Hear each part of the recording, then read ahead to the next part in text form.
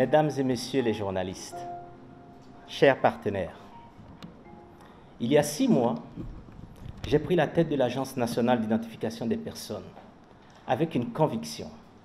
L'identité n'est pas un simple document.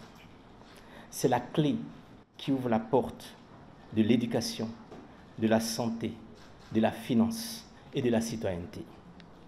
Aujourd'hui, nous avons une mission, pas juste une tâche administrative, une transformation.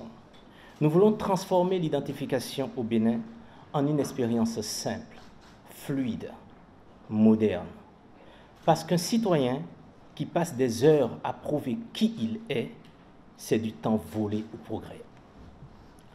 Je tiens à saluer la vision du chef de l'État qui nous pousse à voir grand, à innover, à bâtir un système d'identification solide et sécurisé.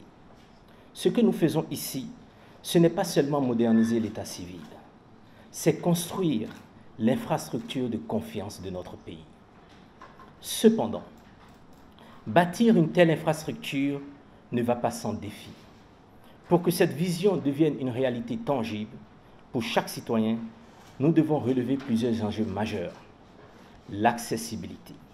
Chaque Béninois, où qu'il soit, doit pouvoir obtenir ces documents sans obstacle.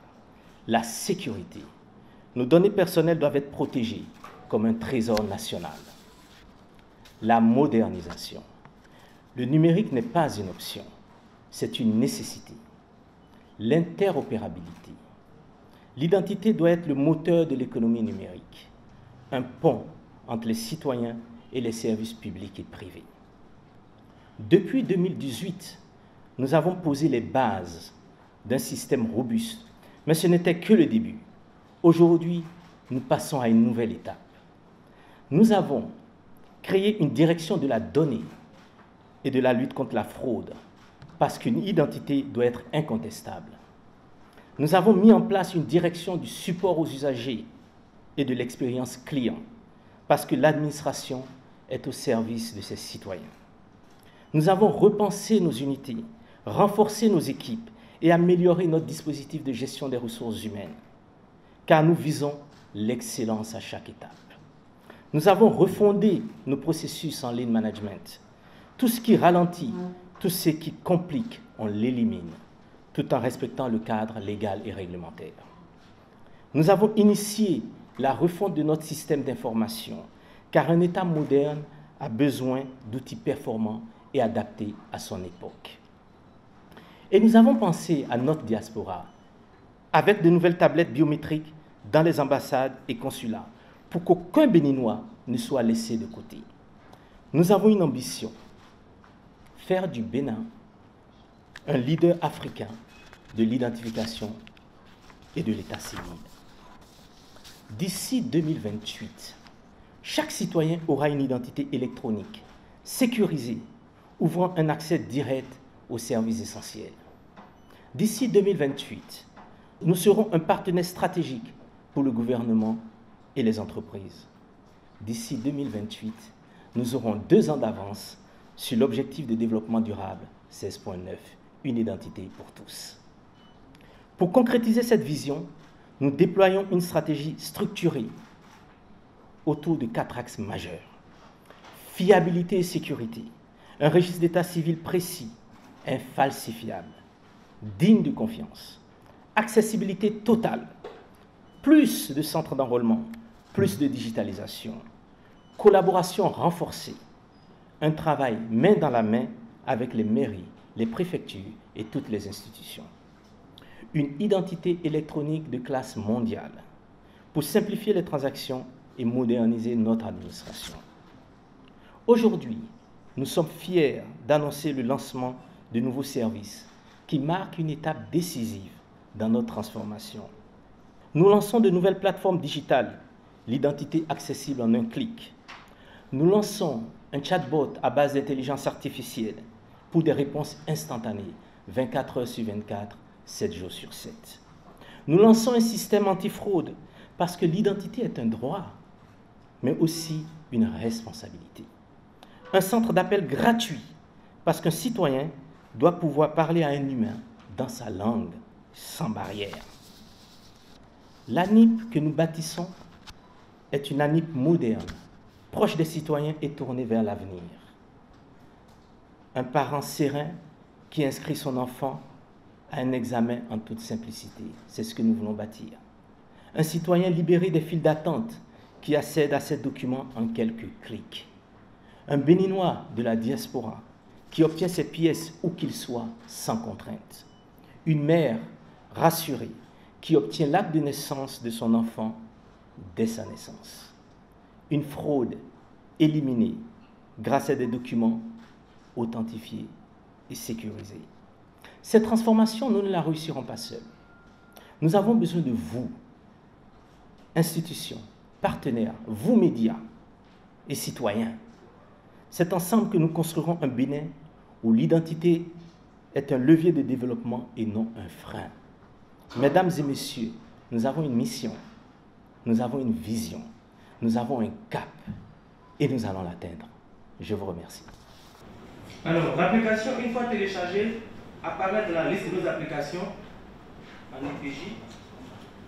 Et dès qu'elle est lancée, elle nous amène à une interface graphique qui nous présente directement 4 grands volets.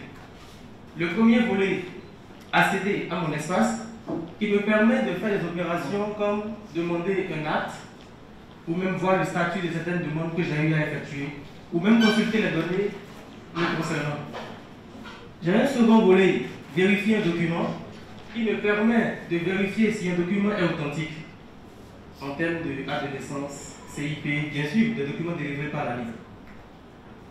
J'ai un autre volet, retrouver mon NPI, que beaucoup m'ont demandé et qui est enfin là, qui me permet de retrouver mon NPI quand j'ai perdu mon récépissé rapide ou que j'ai perdu tout document qui me permet d'avoir l'information sur mon NPI. J'ai ensuite un second volet qui me permet de savoir quels sont les différents services et les coûts que la NIP offre. Alors, sans plus tarder, je vais commencer par un volet retrouver mon NPI, qui est celui que dont nous avons tous besoin. Retrouver mon NPI, il m'a demandé de faire un choix. Est-ce que j'ai le numéro de récépissé RAVIP avec lequel j'ai eu à faire?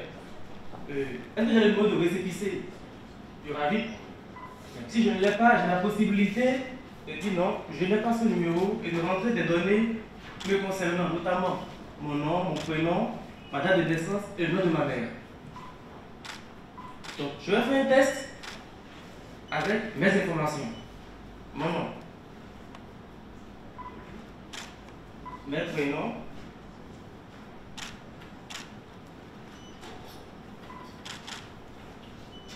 ma date de naissance,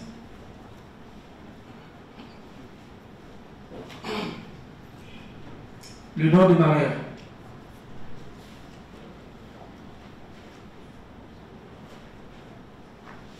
Alors, tout est renseigné. Je vais au bouton suivant. Il m'a demandé de saisir le numéro de téléphone se terminant par 00. Ce numéro est le numéro que j'ai utilisé lorsque je faisais l'enrôlement pour la vie. 01 67 07 78 00. Alors, l'étape suivante. Un code à 5 chiffres est envoyé sur mon téléphone.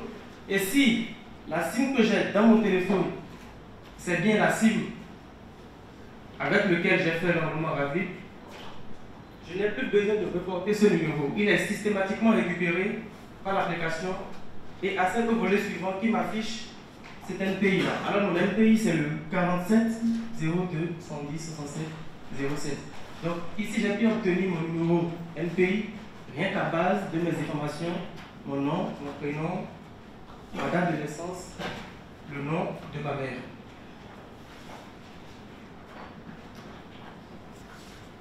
Donc j'ai un bouton en bas qui me permet de copier ce NPI là pour cas où j'en ai besoin pour d'autres services, notamment accéder à mon espace dans l'application ou autre chose dont j'aurais besoin éventuellement sur mon téléphone.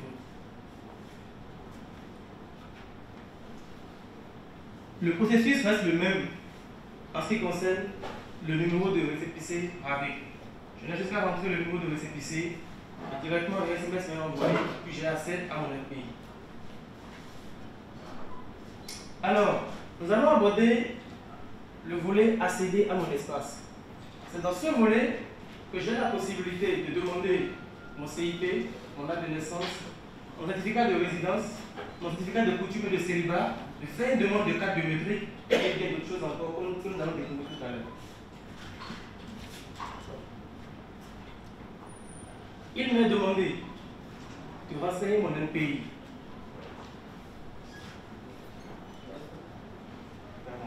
47 02 70 67 07. Il m'a demandé ensuite de renseigner le numéro de téléphone se terminant par 00.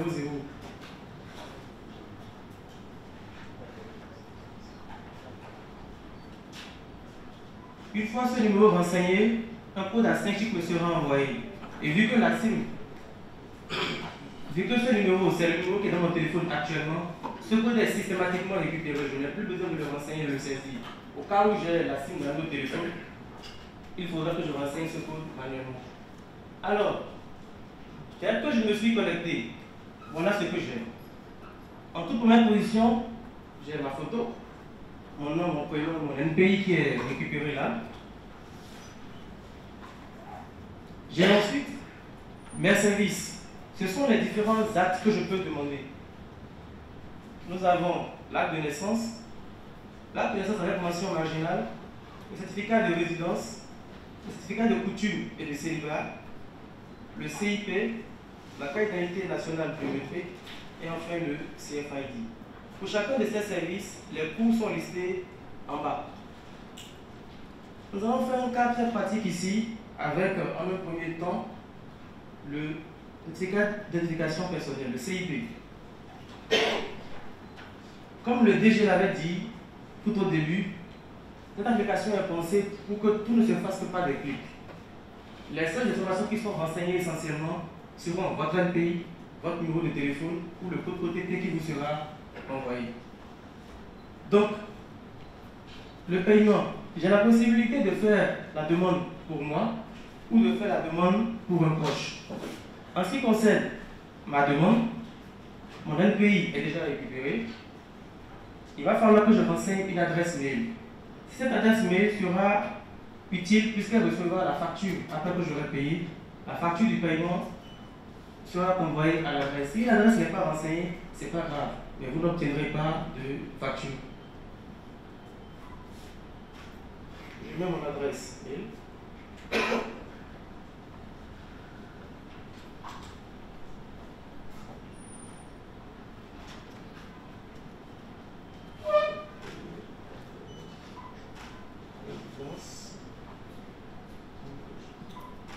L'opérateur, est-ce que je vais payer par MTN, est-ce que je vais payer par Move ou par Septis?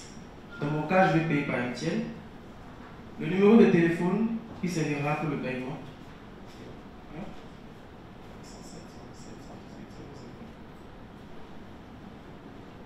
Et je peux lancer le paiement.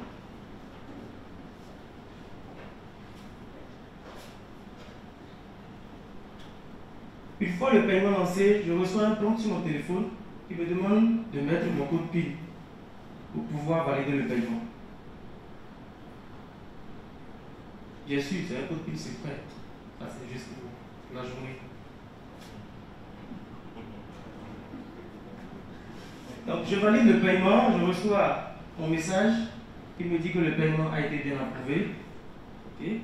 Et je reçois aussi une notification en arrière-plan qui me dit si c'est paiement effectué pour le CIP pour 1000 francs, je peux télécharger là le document. Là, je télécharge, on va essayer de voir à quoi je ressemble là-dessus. Et me voilà. Là, c'est un téléphone, hein. Je vais zoomer. Donc, voilà, je viens d'obtenir mon CIP directement via l'application. Alors, je peux accéder à mes documents pour quand même voir ce CIP que j'ai obtenu maintenant. Bien, j'ai toute une liste, mes documents, je n'ai fait que mon CIP. Donc, je pourrais le voir là à tout moment, revenir là-dessus et faire encore un autre téléchargement. Et cette fois-ci, le nombre de téléchargements est directement inscrit en bas.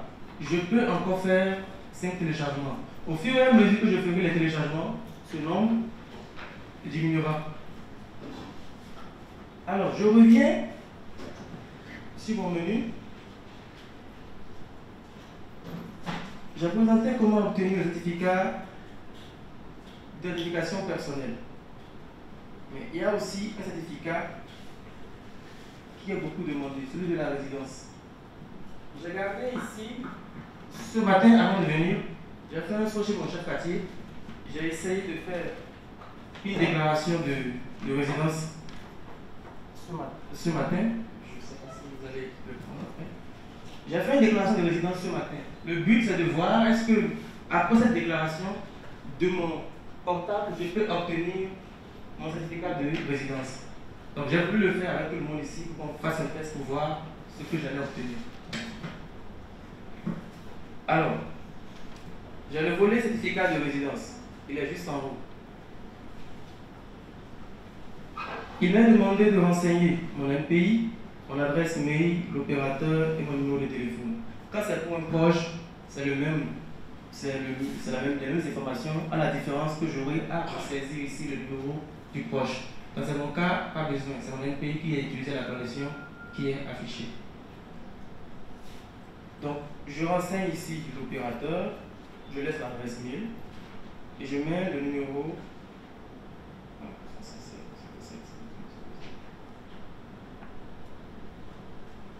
de paiement, je déclenche le paiement.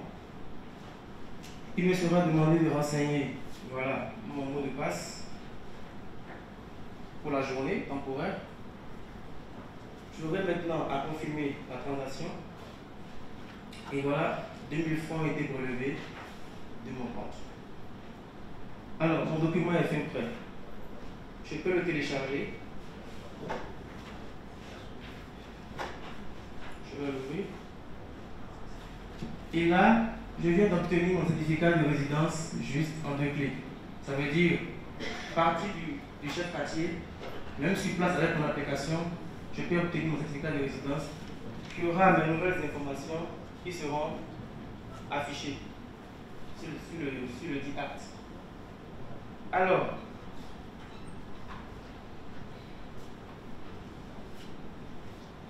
nous avons dans le menu de l'application en bas. Tout à l'heure, j'ai pu avoir accès aux différents services. J'ai pu faire la demande de mes différents actes. Je peux voir aussi mes documents. Mais il y a aussi une partie très importante que je pourrais aussi voir. Ce sont mes données.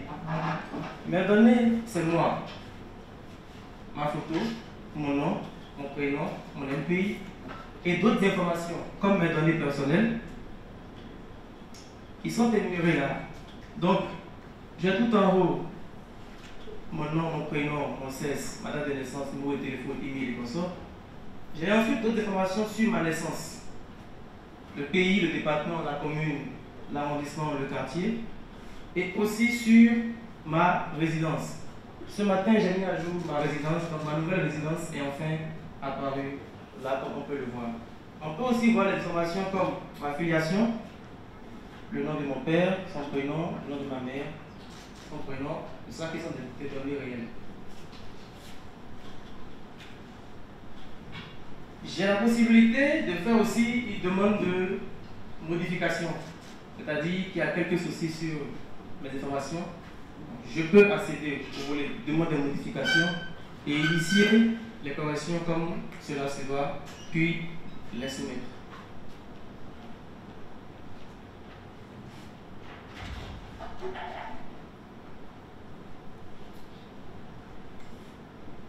Alors, je vous ai présenté à cet effet les grands axes de l'application. Le processus de demande des actes est le même pour tout le reste. C'est pareil.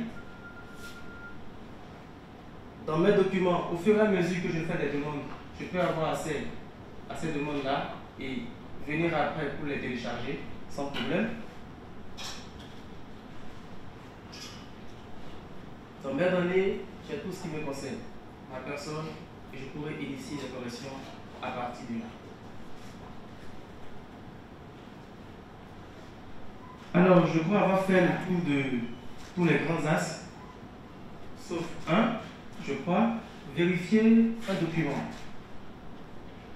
vérifier un document, j'ai la possibilité de soit prendre directement la photo du document et de pouvoir savoir s'il est vrai ou s'il est faux.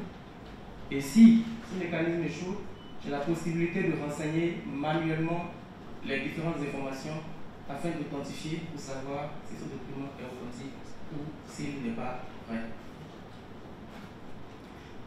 Donc, les services et coûts, c'est juste la liste des services qu'offre l'ANIP avec les différents coûts qui y vont avec. Donc, c'est tout ce que nous avons en date d'aujourd'hui sur l'application, la nouvelle application ANIP BJ. Aujourd'hui, pour avoir des informations sur l'ANIP, comment obtenir un acte, c'est souvent difficile. Nous avons des gens qui donnent plusieurs versions, plusieurs procédés qui nous perdent. Effectivement, le DG, qui le salue d'ailleurs, a dit non, il faut intégrer cette fonctionnalité qui permet aux gens de savoir comment j'obtiens quoi et où j'obtiens quoi. Donc, tout en bas, il y a un joli bouton vert. Et quand je lance ce bouton, ça met bonjour, je suis Seigneur, l'assistante virtuelle de l'ANIP Bénin. Comment puis-je vous aider? Alors, nous allons lui poser une question. Comment j'obtiens mon CIP par exemple? Comment j'obtiens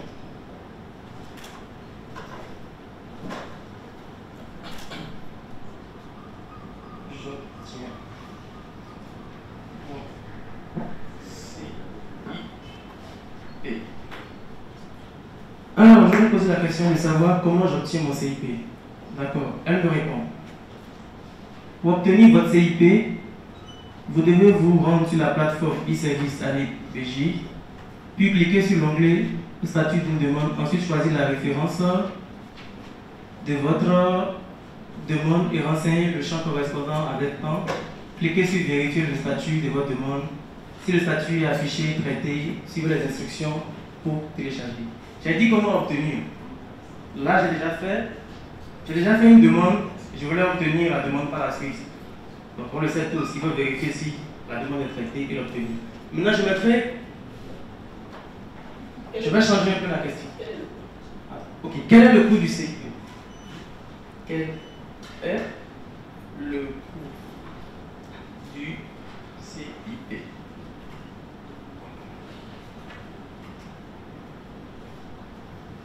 Le coût du renouvellement du CIP est de 1000 francs.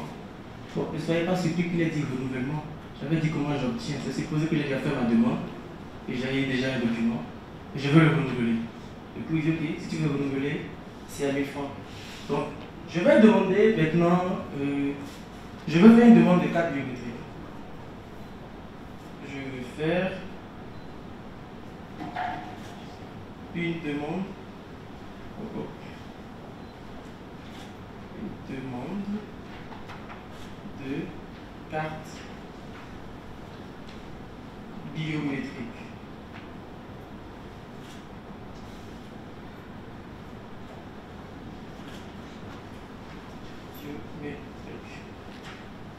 Alors, je lui demande, je vais faire une demande de carte biométrique. Pour faire une demande de carte nationale d'identité biométrique, vous avez deux options, en présentiel ou en ligne. En présentiel, vous devez vous rendre dans une mairie, un arrondissement ou une commune à statut particulier ou dans l'un des bureaux de poste partenaires. En ligne, vous pouvez soumettre la demande sur votre demande sur la plateforme e-service.anip.bj. Alors, je peux lui demander ensuite quel est le coût. Quel est le coût de cette carte?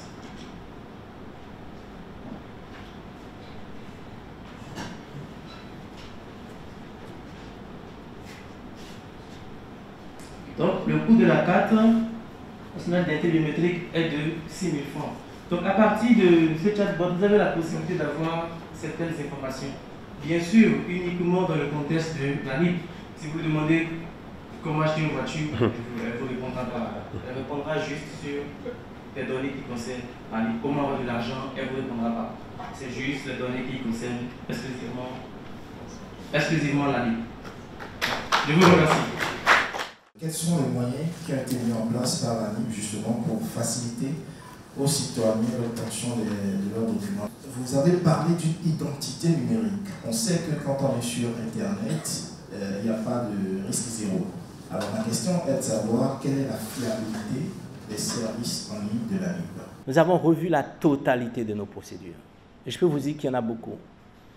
Nous avons revu clairement nos textes réglementaires. Nous sommes en train de mettre en place une démarche lean, très simple, éviter le gaspillage, pour que une demande d'un citoyen soit traitée le plus rapidement et le plus efficacement possible. Nous avons vu notre système d'information. Nous sommes en train d'initier une transformation profonde. En fait, nous sommes en train de bâtir le système d'information du futur, totalement sécurisé. Et pour cela, bien entendu, nous travaillons avec nos partenaires, notre partenaire historique, le ministère du numérique et de la digitalisation et l'Agence des systèmes d'information et du numérique. La sécurité est un enjeu important, vous en avez parlé, je vais revenir sur le sujet. Mais surtout au niveau du système d'information, nous sommes appuyés sur des nouvelles technologies. Vous l'avez vu tout à l'heure là, le chat, il est à base d'intelligence artificielle. Qu'est-ce que nous avons injecté dans ce chat? Nous avons injecté tous les textes réglementaires de l'ANIP, jusqu'au code de la famille. Loi 2017-08, la loi relative, les décrets relatifs au fait d'état civil. Nous avons tout injecté à l'intérieur. Et ce système, il est en train d'apprendre. Il apprend tous les jours. Avec vos questions, il apprend à base d'intelligence artificielle. Tout cela, c'est pour vous simplifier la vie. Sur le volet, parce qu'il y a un autre volet également, quand vous dites simplifier, c'est, oui, tout le monde n'ira pas sur nos plateformes, nous en sommes conscients. Pour votre information, nous avons commencé déjà à tester cette application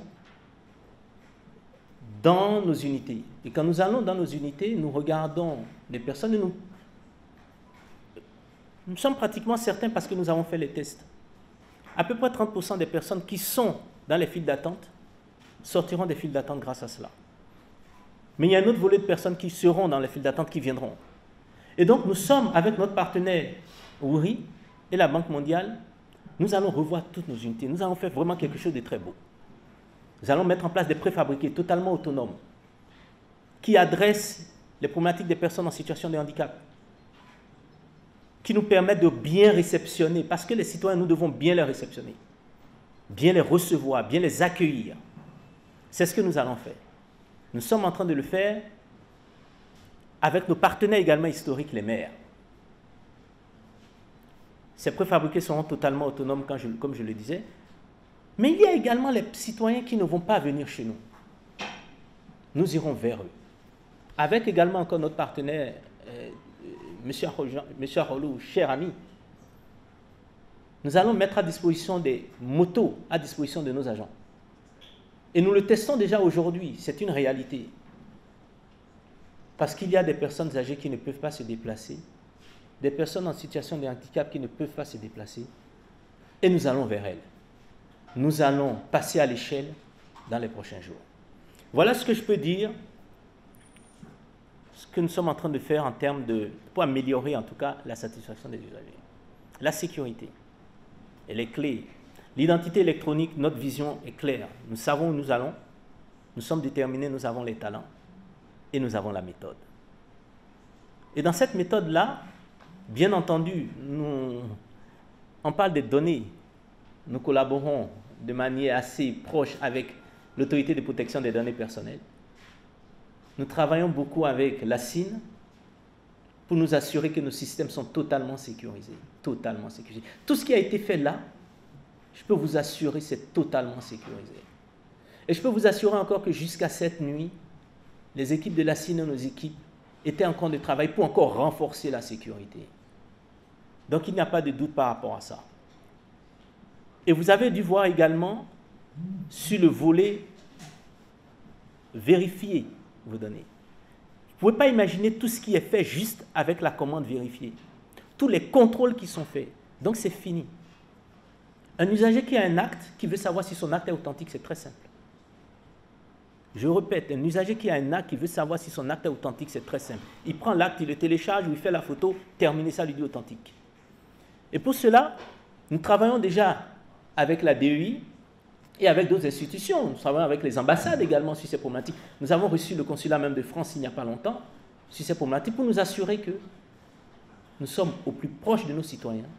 Les actes que nous émettons ont une force probante.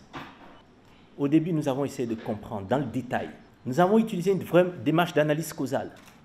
Parce que les plaintes, elles ont toujours existé. Et nous avons décidé de les traiter une fois pour de bon. Donc, sujet par sujet. Le paiement, nous l'avons adressé. Nous l'avons adressé d'un point de vue technologique. La solution qui est là intègre les réponses aux problématiques de paiement auxquelles nos citoyens sont confrontés. Mais nous nous sommes dit, ok, il peut encore avoir des problèmes de paiement, mais il faut savoir que le problème de paiement, quand on parle de paiement, c'est toute une chaîne. Hein? Il y a les opérateurs, il y a un ensemble de choses. Mais qu'importe, nous nous sommes dit, ok, le citoyen, c'est sa satisfaction qui est importante pour nous. Nous avons dit, ok, vous avez un problème de paiement, vous serez remboursé. Il aurait pu poser la question là tout à l'heure au chat, quelle est la procédure de remboursement? Il aurait eu la réponse. Un citoyen qui est confronté à une difficulté, il la pose au chat, le chat lui répond. Parce que ce que nous disons, vous n'avez pas à avoir des problèmes de paiement. Donc ça, nous l'avons adressé. Il y a eu les problèmes de données, et il y en a beaucoup. Il y en a trop. Ce n'est pas acceptable que des parents, des agents, des enfants même, soient dans les files d'attente ou ne sont peut-être pas en train de travailler ou de préparer les examens. Comment nous avons adressé? Nous sommes dit qu'il faut aller à la racine. Pourquoi il y a des problèmes de données? Il ne s'agit pas de proposer des solutions de demande de modification de données. Nous l'avons. Vous pourrez être chez vous, faire votre demande de modification, elle sera traitée dans la journée. Mais nous ne voulons pas le faire indéfiniment. Nous souhaitons qu'il n'y ait plus de problème, que les citoyens n'aient plus à demander de modification. C'est ça notre vision. Et donc, cette approche nécessite une organisation, une formation récurrente, continue. Et c'est ce que nous sommes également en train de mettre en place pour régler les problèmes à la base de manière définitive. Il y a eu les plaintes, nous sommes allés visiter les centres de santé, nous les avons écoutés, nous avons travaillé avec le ministère de la Santé. Et ça également, nous avons adressé. Ce que nous disons, nous ne parlons même plus de problèmes techniques chez nous. À l'ANIP, quand on a un problème, ce qu'on essaie de regarder, c'est quel est l'impact dans la vie de la personne. J'ai reçu des femmes, des mères en difficulté. En difficulté parce que leur enfant devait aller se faire soigner. Et il y avait un problème d'identité. Nous avons adressé ce problème. Plus jamais. En tout cas, nous ferons en sorte que ça n'arrive plus. C'est un processus long. Nous avons la bonne direction, nous avons la méthode et nous savons où nous allons. Permettez-moi de rappeler que nous sommes à côté des citoyens à leur naissance, quand ils vont à l'école, quand ils auront des moments heureux, ils vont se marier, et aussi pendant les moments douloureux, le décès. Il y a quelques citoyens qui sont au Bénin ou on en voit dans d'autres pays, en Afrique ou ailleurs, qui n'ont pas de papier. Et là, il faut l'adresser. D'abord, je tiens à te féliciter, toutes les personnes qui sont passées à l'ANIP avant moi. Un gros travail a été fait. Les bases ont été jetées. Mais il y a encore des personnes qui n'ont pas. Nous avons adressé ce sujet en séminaire gouvernemental avec le chef de l'État. L'enrôlement avec témoignage sera autorisé pour les enfants de moins de 5 ans. Et au-dessus, il faut une décision de justice. Il faut une décision de justice, pourquoi? Les personnes peuvent dire, oui, c'est compliqué. Mais vous savez, on ne joue pas avec la sécurité. On ne joue pas avec la sécurité. Il faut faire attention à ça, parce que quelqu'un d'autre pourrait prendre votre nom et pourrait poser des actes malveillants. Donc la justice est là pour régler cela. Et c'est l'orientation qui a été donnée. L'enrôlement pour témoignage, pour des personnes de plus de 5 ans, c'est terminé. C'est terminé aussi parce qu'il faut dire ça a causé quelques, je dirais, légers problèmes. Les mécanismes sont mis en place avec le ministère de la Justice pour adresser avec la bonne célérité toutes les problématiques auxquelles nos Béninois sont confrontés. Et nous le faisons également nous recevons des demandes régulièrement Et nous le faisons également avec notre partenaire par rapport à ça. Donc, je reprends. Moins de 5 ans, témoignage. Plus de 5 ans, décision de justice. Parce que nous protégeons vos données. Nous assurons votre sécurité. J'aimerais savoir pourquoi ce n'est pas facile de procéder à des modifications de numéros en ligne.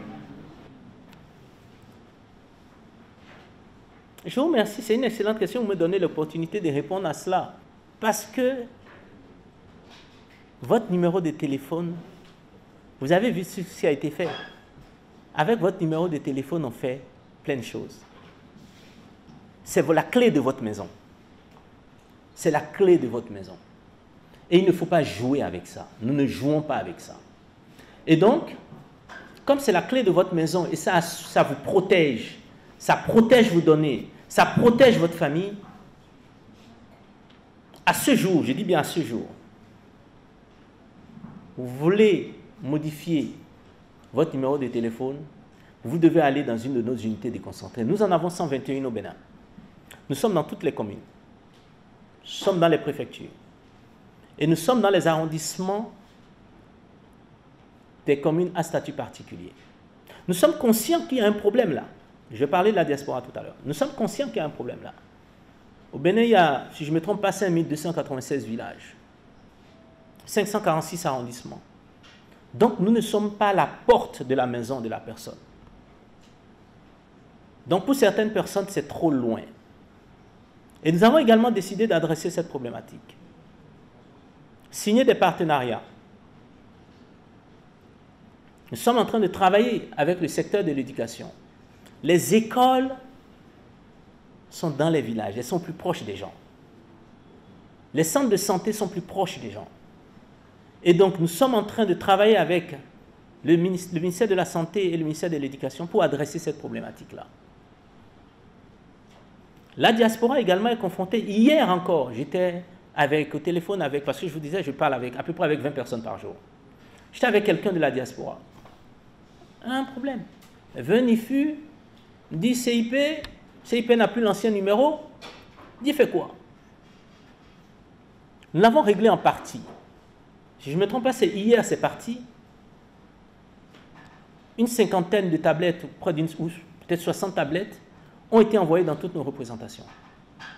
Pour que, dans nos ambassades, dans nos consulats, les personnes puissent y aller. Mais là encore, c'est un problème. Là encore, c'est un problème. Quelqu'un qui est à Tanger, comment il fait? Quelqu'un qui est à Bordeaux, comment il fait? Et là, puisque nous sommes déterminés à utiliser également la technologie pour impacter positivement la vie des gens, nous sommes en train de travailler avec des partenaires pour améliorer l'authentification en ligne. Authentification biométrique et faciale en ligne. Vous authentifiez, on est sûr à 100% que c'est vous, et là vous pouvez modifier. Parce qu'avec votre numéro, on vous envoie des codes. Avec ces codes-là, on a accès à vos données. Donc je saisis cette opportunité pour dire, parce que je le vois, nous le voyons, nous avons analysé, nous avons une approche vraiment d'analyse de la donnée.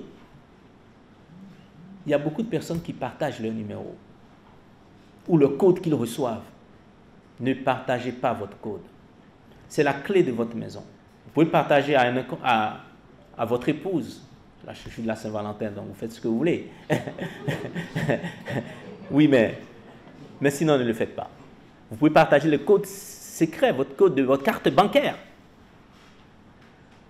Ne faites pas avec n'importe qui. Donc, protégez-vous. Protégez vos données. Et en faisant ça, vous protégez, vous contribuez à la sécurité nationale. Merci.